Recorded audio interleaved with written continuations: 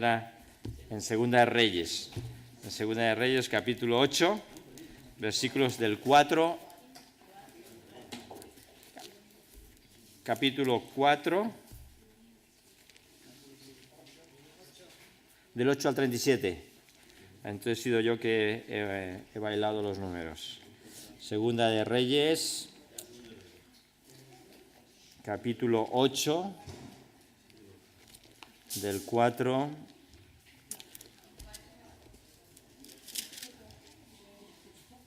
capítulo 4, del 8 al 37. Muy bien. Vamos a buscarlo. ¿Lo tenéis? No sé si está en la pantalla también. Capítulo 4. Capítulo 4, versículo 8. Que soy yo que está equivocado. Está equivocado el boletín. Vamos a leer. Vale. Dice, aconteció entonces que un día pasaba Eliseo por Sunem, y una mujer importante que allí vivía le invitó insistentemente a que se quedara a comer. Cuando él pasaba por allí, venía a la casa de ella a comer. Entonces la mujer dijo a su marido, mira, yo sé que que siempre pasa por nuestra casa, es un santo hombre de Dios. El versículo 10 del capítulo 4. Te ruego que hagamos un pequeño aposento de paredes. Pongamos allí una cama, una mesa, una silla y un candelabro, para que cuando él venga a visitarnos se quede en él. Aconteció que un día vino él por allí y se quedó en aquel aposento y allí durmió. Entonces dijo Giezi, su criado, llama a esta sumita. El criado la llamó y cuando ella se presentó ante él, Eliseo dijo a Giezi, dile, ciertamente te has mostrado solícita hacia nosotros con todo este esmero. ¿Qué quieres que haga por ti? ¿Necesitas que hable por ti al rey o al general del ejército? Yo habito en medio de mi pueblo, respondió ella. ¿Qué pues haremos por ella? Dijo él. Y Giezi respondió, ella no tiene hijos y su marido es viejo.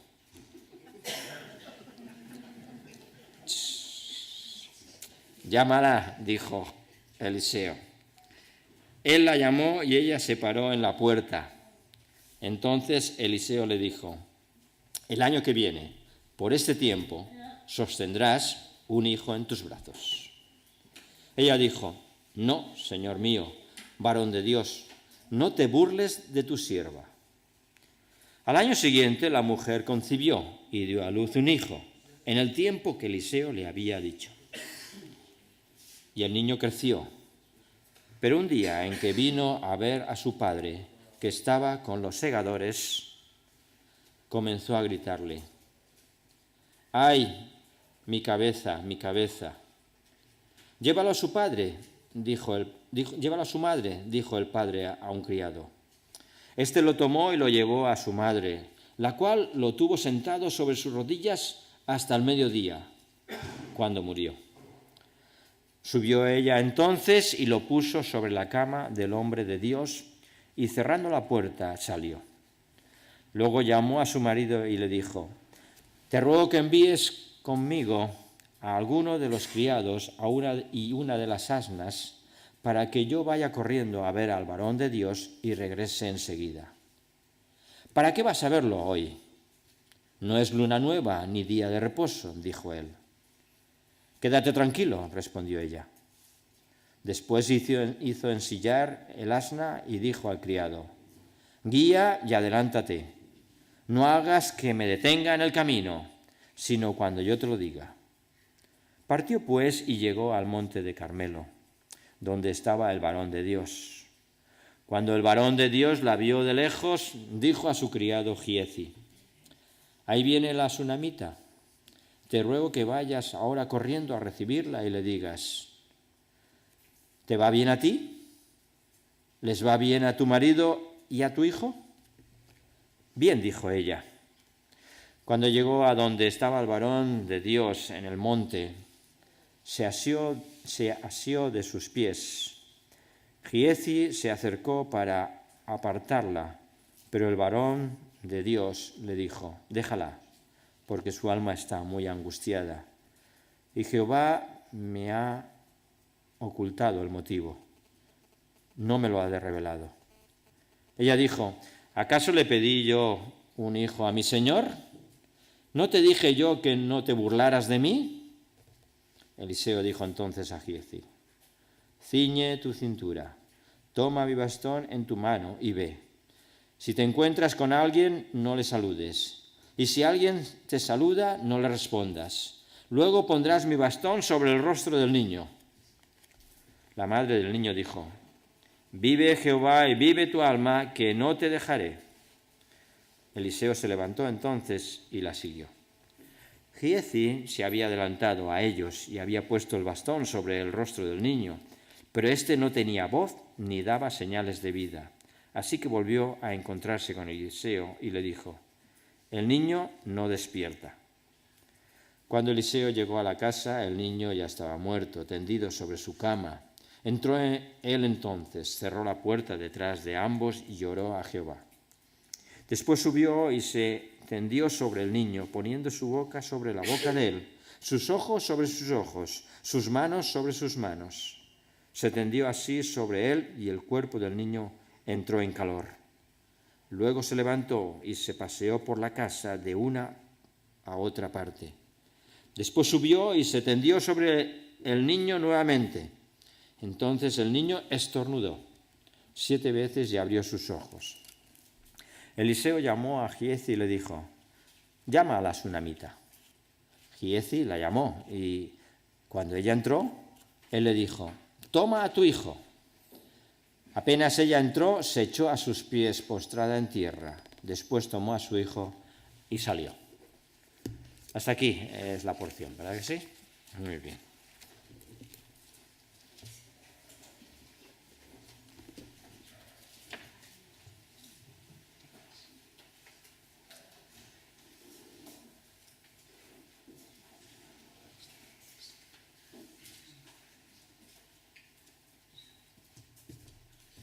De verdad no sé si Juan hizo la equivocación o si ha sido yo de enviarte el capítulo 8, versículo 4, pero gracias por cambiar para leer esta porción. Pues tal como habíamos hecho esta mañana, vamos a seguir con el estudio de Eliseo y con este segundo título, El Señor proveerá, digamos, segunda parte. Y esto realmente iremos viendo una y otra vez, cómo el Señor promete y cumple de suplir nuestras necesidades. Y tal como habíamos dicho, hemos visto esta mañana cómo Dios suplía las necesidades de su pueblo y ha dado un ejemplo. Esta mañana estuvimos viendo cómo el Señor obró en la vida de una viuda pobre y esta tarde en la vida de una mujer rica. Sabemos que ella y su marido eran ricos porque en primer lugar el marido tuvo varios criados, lo que encontramos en los versículos 18 y 19 y también en el versículo 22 que aparece que había esos distintos criados, por lo tanto eran más o menos en una situación diferente a la viuda de esta mañana.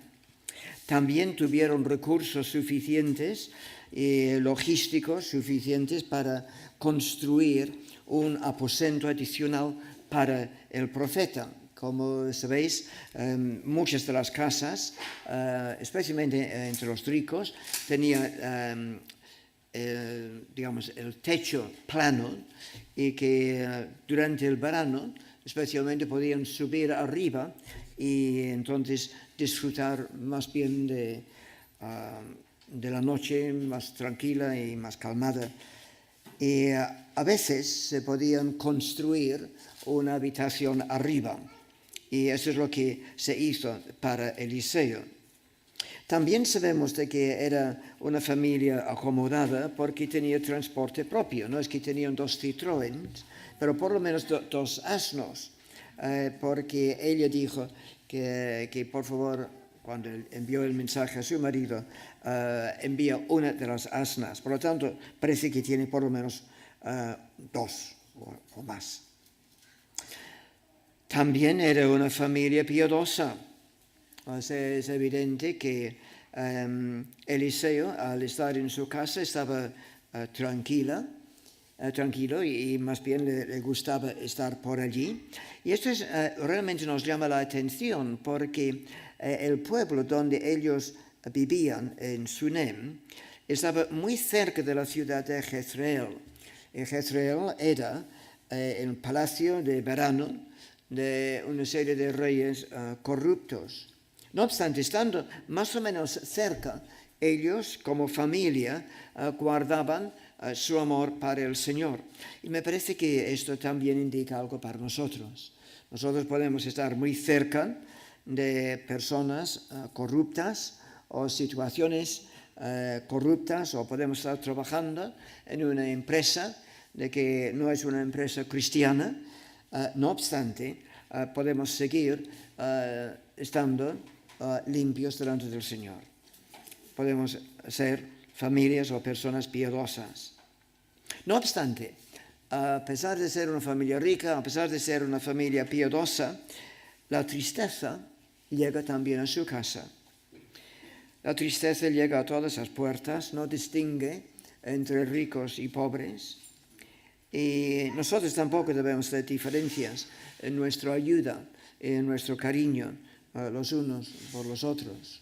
Tal como decíamos esta mañana, Jesús toma una acción de cariño, de apoyo a otra persona como si lo hubiéramos hecho a él personalmente.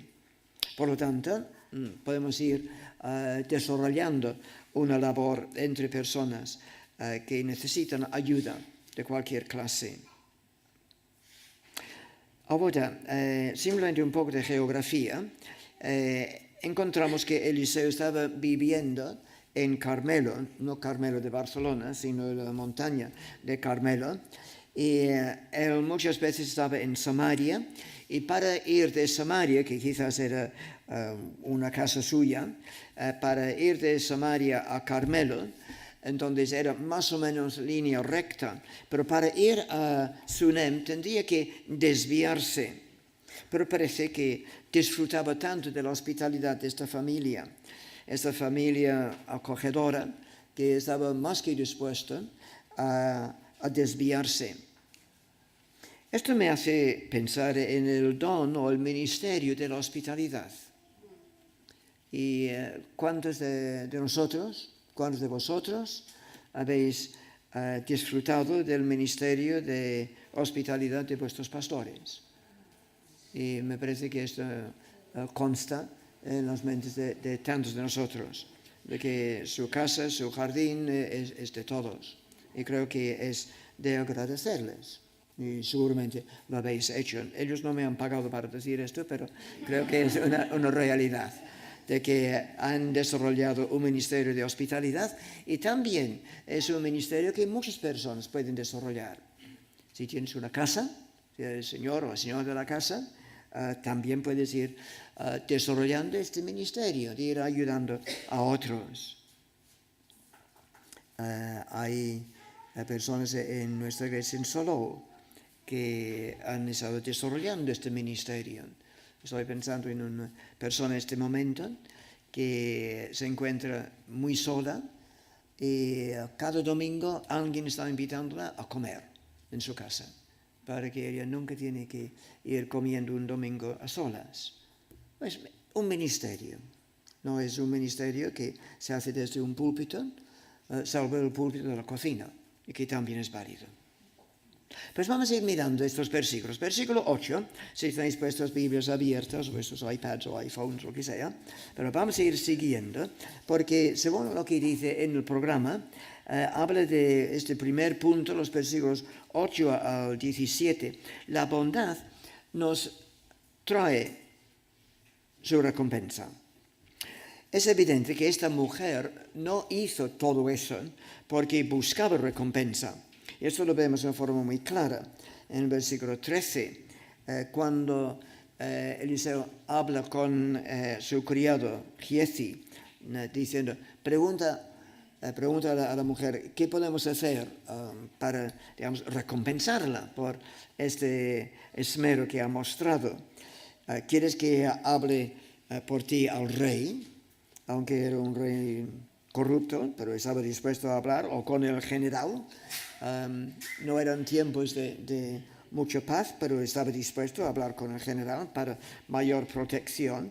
Pero ella simplemente contesta, yo habito en medio de mi pueblo. En otras palabras, que estoy bien, no hace falta de nada. O sea, no estaba haciendo todo eso para ganar algo, lo hacía de puro corazón. Estaba mostrando bondad hacia un siervo del Señor en su ministerio itinerante. ¿Queréis mirar en Hebreos? Hebreos capítulo 13. Hebreos capítulo 13, versículo 7. Dice, acordaos de vuestros pastores que os hablaron la palabra de Dios, considerad cuál haya sido el resultado de su conducta e imitad su fe. Entonces, esa es la respuesta del Nuevo Testamento a lo que esta tsunamita hacía con este varón de Dios, Eliseo. Quería reconocer, quería acordarse de él y ayudarle, considerar cuál ha sido el resultado de su conducta. Entonces, en la misma forma que ella quiso hacer con Eliseo, entonces vuelve a decir, hacedlo con vuestros pastores, por favor. Si no, tendréis que hablar conmigo después. Pero entonces, estaba simplemente queriendo ayudar a los que servían al Señor. No eran días fáciles para servir al Señor en aquel entonces, como hoy. Había muchas dificultades. No obstante, allí tenemos a Eliseo y los hijos de los profetas, en otras palabras, otros predicadores, muchos itinerantes, que iban para enseñar. Y esto es lo que encontramos cuando el marido dice, ¿y por qué quieres ir para verle? Porque hoy ni es luna nueva, ni es día de descanso. Es porque frecuentemente, si una persona quería saber más de Dios y quería entender más las Escrituras, entonces hacía un viaje para hablar con un hijo de los profetas o uno de los profetas, para que podían enseñarle. Entonces parece que el padre de la familia estaba acostumbrado a que su mujer con cierta frecuencia fuera para también visitar a Eliseo, para aprender de él. Y obviamente al ir aprendiendo, entonces ayudaba económicamente, era una manera de sostenerles. Pero en este caso, en estos primeros versículos de esta porción, la mujer no había hecho nada para ganar nada, lo hacía como reconocimiento y quería ayudar a uno que servía al Señor. Buscaba maneras de ayudarle. Y lo que encontramos, ella encontró una manera de ayudar, de ofrecer un sitio de descanso, un sitio de reposo.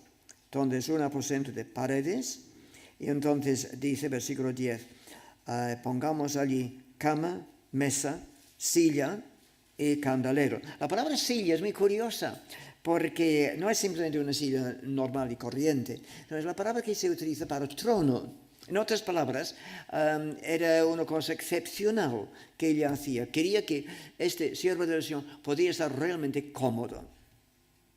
O sea, mostraba un esmero.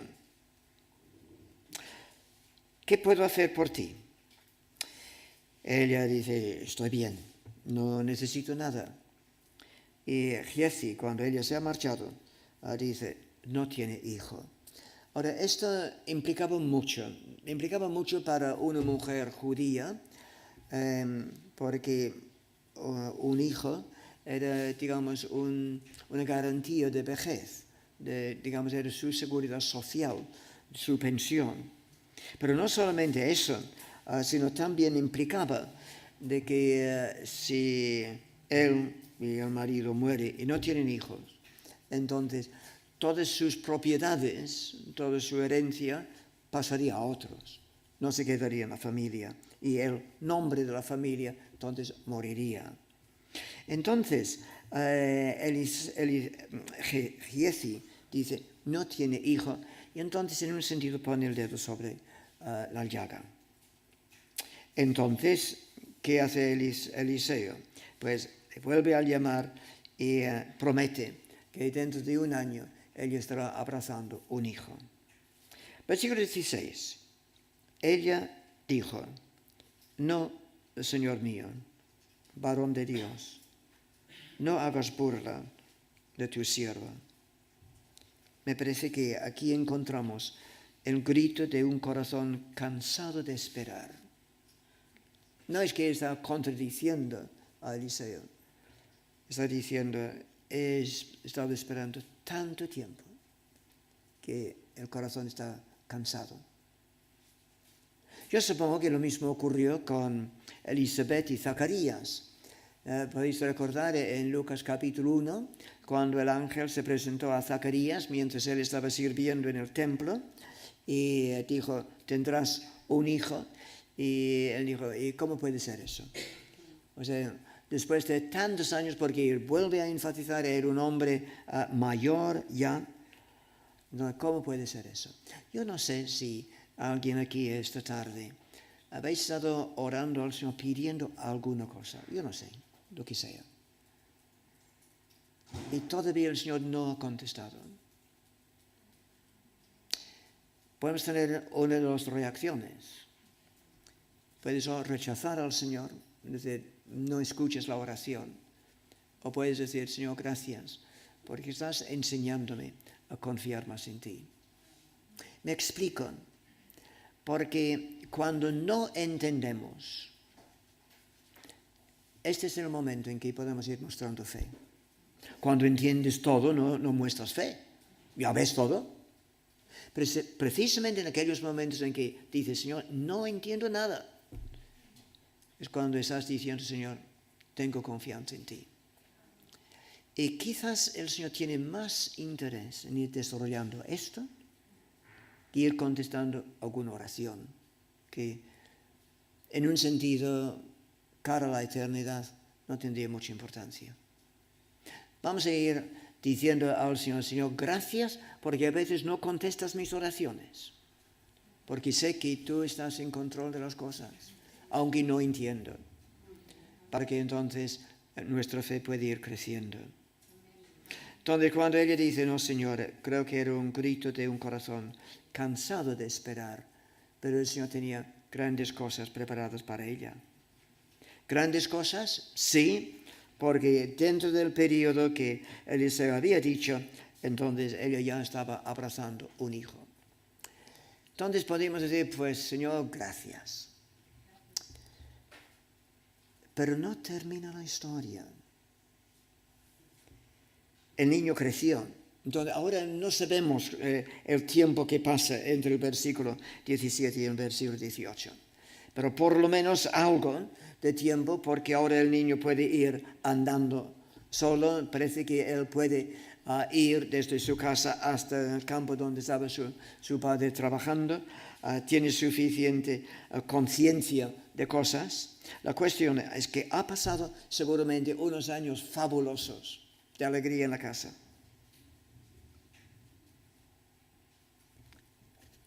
Y el niño muere. ¿Hay un dolor más grande para una madre que eso? Que un bebé muere dentro de la madre es terrible. Si mueren después de unas horas, es un poco más terrible. Pero ir pasando el tiempo, ir pasando los años, el dolor aumenta. ¿Por qué el Señor permitió eso?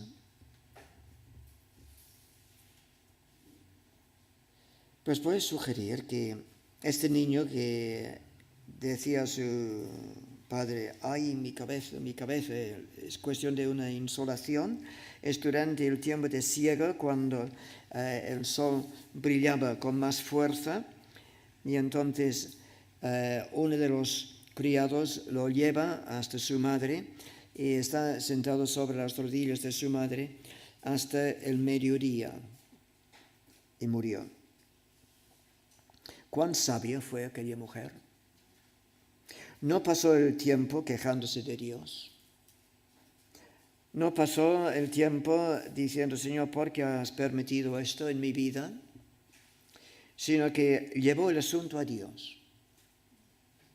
Y en este caso a su representante, a Eliseo, profeta Eliseo. Ahora, para ir de su casa hasta el monte Carmelo, habrá sido un viaje de unos 8 o 9 kilómetros. Juan, ¿cuál es la distancia entre aquí y tu casa? 11 kilómetros. Sí. Vale, entonces, un tanto menos. O sea, un buen viaje, ¿no? No en coche, en burro, no, pasa. Pero ya el niño había muerto al mediodía. Entonces tardará unas horas, ¿no? Podemos tener esto presente porque al estar llegando a la casa de Eliseo ya estará cerca a anochecer. Bien, ¿qué hace? Versículo 21. Ella entonces subió y lo puso, el niño muerto, sobre la cama del varón de Dios y cerrando la puerta, se salió. ¿Por qué deja el niño muerto sobre la cama del profeta? Pues quizás hay dos motivos. Uno, para no hacer tan público a toda la casa de que el niño ha muerto. Pero quizás hay algo más. En un sentido, iba a dejar descansar el niño al cuidado del Dios del profeta. Fuera de mis manos, no puedo hacer nada. Yo me acuerdo que, bueno, no me acuerdo personalmente, me acuerdo que mi madre me lo ha dicho, de que en un momento dado, cuando era pequeño, me daba por muerto. Y venía la ambulancia y ella se arrodilló al lado de mi cama y me entregó al Señor, estando seguro de que no iba a vivir. Creo que he sobrevivido. Pero la cuestión es que en este momento ella deja al niño muerto, en un sentido, en las manos, al cuidado del Dios del profeta. ¿Sabéis? En vez de quejarnos de lo que no tenemos, ¿no debemos ir dando gracias por lo mucho que tenemos? Y llevar todo a Dios en oración. Pues vamos a ver el tercer punto en el programa. La incertidumbre nos lleva a la acción. Ella entonces llega ya hacia anochecer a donde está Eliseo. Y Eliseo comprendió varias cosas. Versículo 27, comprendió el dolor ajeno. Luego que llegó a donde estaba el varón de Dios en el monte, se asió de sus pies. Se acercó a Giezi para quitarla. Un poco bruto, ¿no? Para quitarla. Pero el varón de Dios le dijo, déjala, porque su alma está en amargura. Y el Señor me ha encubierto el motivo y no me lo ha revelado.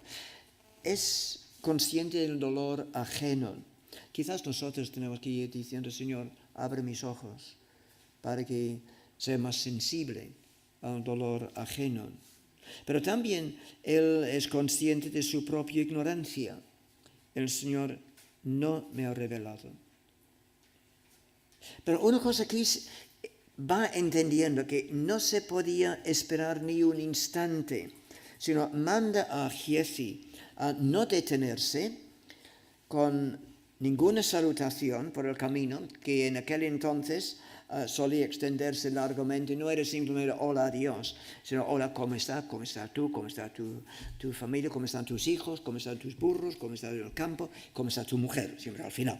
Pero la cuestión es que muchas veces las salutaciones tardaban mucho. Y aquí el profeta Eliseo dice a Giezi: no debes detenerte ni un instante.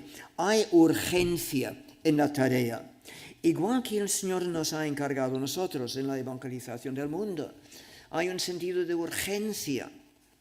Esta semana habrá mucha gente perdida en la Plaza de Sagrada Familia. ¿Qué vas a hacer? ¿Vas a decir que otros lo expliquen el Evangelio? ¿O vas a decir, el Señor nos ha colocado a nosotros precisamente aquí para llevar el Evangelio? ¿Quién va a llevar el Evangelio a ellos? ¿Los vecinos? ¿O otra persona más para allá? ¿Quién va a llevarles el Evangelio? Vosotros, ¿no? Y no hay un sentido de urgencia. Mañana por la tarde, ir, todos los que podéis, ir para llevar el Evangelio, ir repartir un folleto, ir orando. Hablaremos de esto en un momento. Había un sentido de urgencia. Giezi, no pares. Vas corriendo 8 o 9 kilómetros, todo lo que tú puedes. Llegas allí y pon mi báculo sobre el rostro del niño. Versículo 31. Entonces Giezi había ido delante de ellos, había puesto el báculo sobre el rostro del niño, pero no tenía voz ni sentido. Y entonces vuelve a Eliseo y se lo declaró diciendo: el niño no despierta. ¿Por qué? Porque fracasó la misión de Giezi. ¿No estaba cumpliendo lo que el profeta le había dicho? Sí. Porque fracasó la misión de Giezi. Voy a sugerir 2 motivos. Quizás en primer lugar para evitar supersticiones. Si el niño hubiera revivido por haber puesto el báculo del profeta sobre su rostro, muy pronto se podría hacer de aquel báculo una reliquia, ¿no? Y un objeto de adoración. Si tenéis duda de eso, mira un par de capítulos más. Segunda de Reyes, capítulo 18, y el versículo 4. Está hablando de Ezequías. Ezequías quitó los lugares altos, quebró las imágenes y cortó los símbolos de Asera, una diosa por allí, e hizo pedazos la serpiente de bronce que había hecho Moisés, porque hasta entonces le quemaban incienso los hijos de Israel. O sea, aquel símbolo, podéis recordar la historia, ¿no? Cuando distintas serpientes estaban mordiendo a la gente mientras estaban en el desierto, antes de llegar a la tierra prometida, después de haberlos sacado de Egipto. Aquel símbolo que había sido de tanta ayuda, de tanta bendición, ahora se había convertido desde hace cierto tiempo en un ídolo, o sea, en una reliquia para adorar. Y entonces Ezequías tuvo la valentía de romperlo, de hacerlo pedazos. Ay, somos tan malos que con cualquier cosa lo hacemos como una reliquia. Con tanta facilidad podemos ser supersticiosos. Y entonces quizás una de las razones por que aquel báculo no funcionó era para evitar supersticiones, para que no lo tuvieran como una cosa, este da vida. Pero voy a sugerir otro motivo, y esto era para enseñar que el milagro de nueva vida sería como resultado de la oración y la fe. ¿Correcto? La oración y la fe, en este caso de Elías. Muy bien, gracias. De Eliseo. Ahora, cuarto punto. el programa. La oración nos trae su recompensa. En medio de la lógica incomprensión por parte del profeta, dice que Eliseo ora con una súplica en la cual se identificó con la angustia de la madre. Él no había entendido, Señor, ¿por qué das un hijo para luego quitarla? No entiendo. ¿Por qué has permitido dar este hijo para que entonces después de unos años de alegría llegara a morir? En medio de la lógica incomprensión, él ora con una intensidad como la intensidad de identificación con la angustia de la madre. ¿No es eso la esencia de la intercesión? ¿No es eso la intensidad con la cual debéis ir orando antes de salir a la plaza Sagrada Familia? ¿Y no debe ser esta la misma intensidad de oración, de ir orando por las personas después de que has hablado con ellos? Si has tomado un poco de papel y haber escrito algo cuando ya se ha marchado, para poder recordar el problema que aquella persona tiene, o la tristeza, o la pena, para entonces volver y orar con intensidad. Señor, ayúdame a imitar la fe y la persistencia de esta mujer que era tan valiente en mis oraciones a favor de otras personas. Ella mostró una confianza, no dijo nada a su marido. Cuando el marido dijo, ¿qué pasa? Dijo, en paz, o sea, no te preocupes. No te preocupes porque Dios va a solucionar el problema. No sé cómo, pero voy para hablar con Eliseo. Dice en versículo 35 que el joven estornudó 7 veces y abrió sus ojos.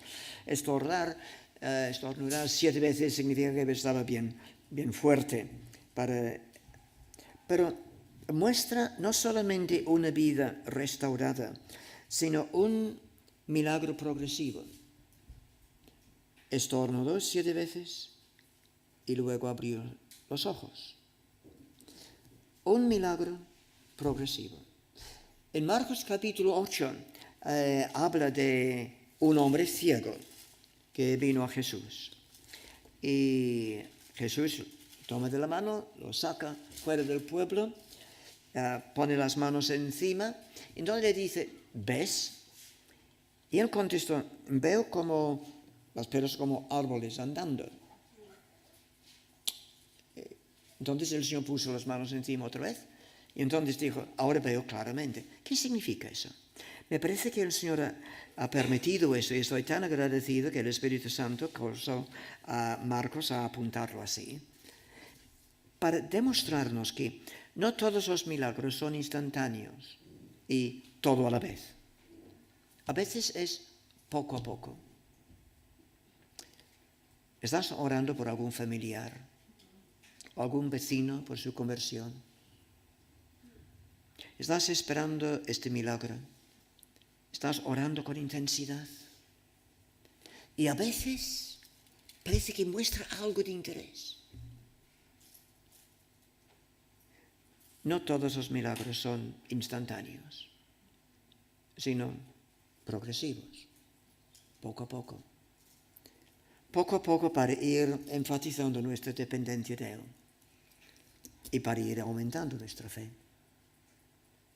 ¿Oramos? Vamos a orar.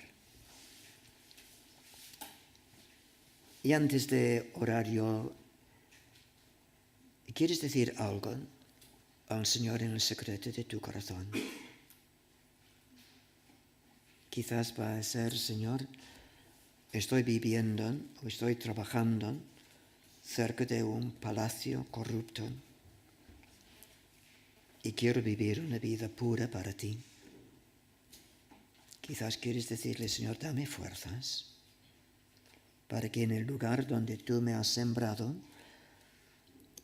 puedo vivir por ti y honrarte. O quizás estás orando por alguna persona que todavía no se ha entregado al Señor. Sigue orando. O quizás quieres decir, Señor, bendice a nuestros pastores. O bendice a otros que están sirviéndote. Y ayúdame a ayudarles, a apoyarles. O tienes que decir al Señor, perdóname por tener algún objeto de superstición en mi vida. Ayúdame a entender de que tus milagros serán como resultado de la oración y la fe. Sea lo que sea, di algo al Señor en el secreto de tu corazón ahora.